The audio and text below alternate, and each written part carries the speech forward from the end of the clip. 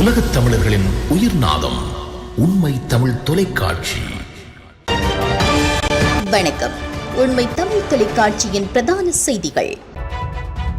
முதலில் தலைப்புச் செய்திகள். மஹிந்த ராஜபக்ஷவிற்கு தொடரும் சிக்கல். அரச தரப்பிலிருந்து கடும் அழுத்தம்.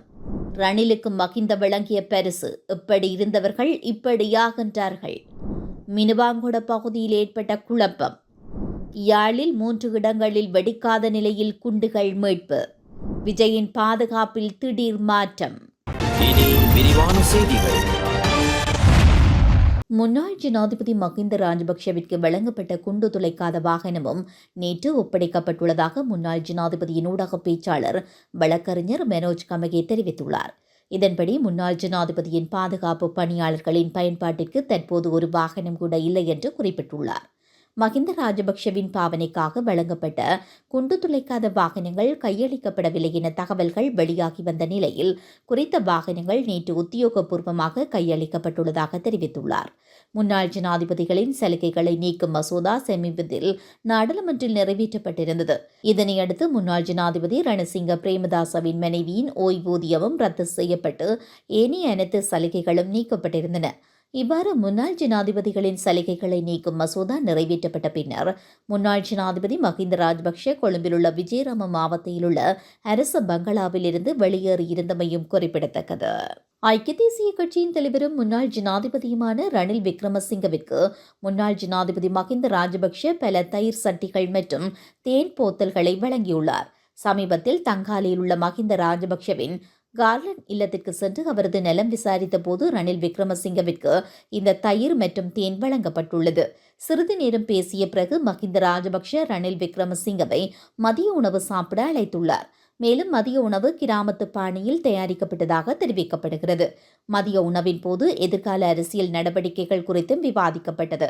நவம்பர் மாதம் எதிர்க்கட்சி அரசாங்கத்திற்கு எதிராக தொடர் போராட்டங்களை ஏற்பாடு செய்யும் எனவும் இதற்காக ஸ்ரீலங்கா பொதுஜன பெரமுனவின் ஆதரவை பெறுவது அவசியம் என்றும் ரணில் விக்ரமசிங்க கூறியுள்ளார். இதற்கு பதிலளித்த முன்னாள் ஜனாதிபதி மஹிந்த இந்த விடயம் குறித்து நாமலுக்கும் சாகர காரியவசத்திற்கும் தெரிவித்து தேவையான உதவிகளை வழங்குவதாக கூறினார். மதிய உணவுக்கு பிறகு தேன் மற்றும் தயிர் சாப்பிட்டனர். அதன் பிறகு மஹிந்த ரணிலுக்கு பல தயிர் சட்டிகளையும் தேனையும் வழங்கியுள்ளார். இது கிராமத்தின் நல்ல தேன் மற்றும் தயிர் என்று மஹிந்த குறிப்பிட்டுள்ளார்.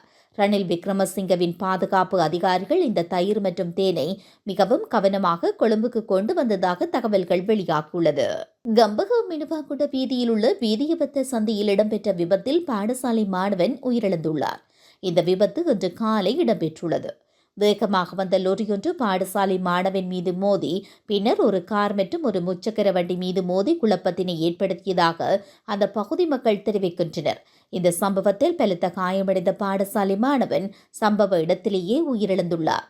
இவ்வாறு விபத்தினை ஏற்படுத்திய லொரியில் மதுபான போத்தல் ஒன்று இருந்ததாகவும் சம்பவத்தின் பின்னர் அங்கிருந்து தப்பியோடிய சாரதி கம்பகா போலீஸ் நிலையத்தில் சரணடைந்துள்ளார். இந்த சம்பவம் தொடர்பான மேலதிக விசாரணைகள் முன்னெடுக்கப்படுகின்றன.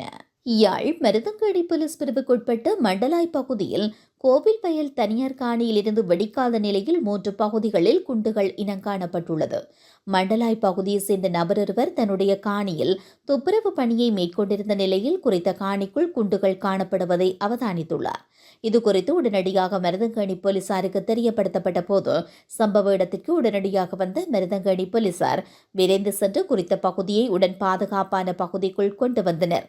காணிக்குள் காணப்பட்ட அனைத்து குண்டுகளும் பாதுகாப்பான முறையில் வைக்கப்பட்டுள்ளதுடன் அவை தற்போது 81-2 RPG 2 63 டொம்பா 1 என்ற ரக குண்டுகள் இனங்காணப்பட்டுள்ளன.